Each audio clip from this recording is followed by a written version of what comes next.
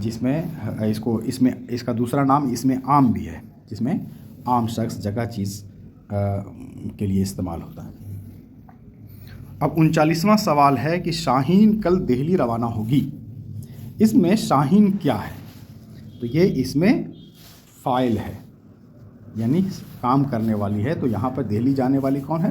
شاہین ہے، اس لیے اس میں فاعل اس کو کہتے ہیں۔ اب 40واں سوال ہے عبداللہ کتاب پڑھتا ہے۔ اس میں کتاب کیا ہے؟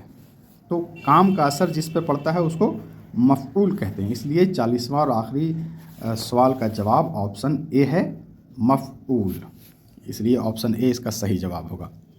شکریہ دوستو، بہت بہت شکریہ۔ آپ چینل کو سبسکرائب کریں، لائک کریں اور دوسروں تک پہنچانے کی کوشش بھی کریں، شیئر کریں۔ انہی کے ساتھ ویڈیو ختم کرتا ہوں، بہت بہت شکریہ۔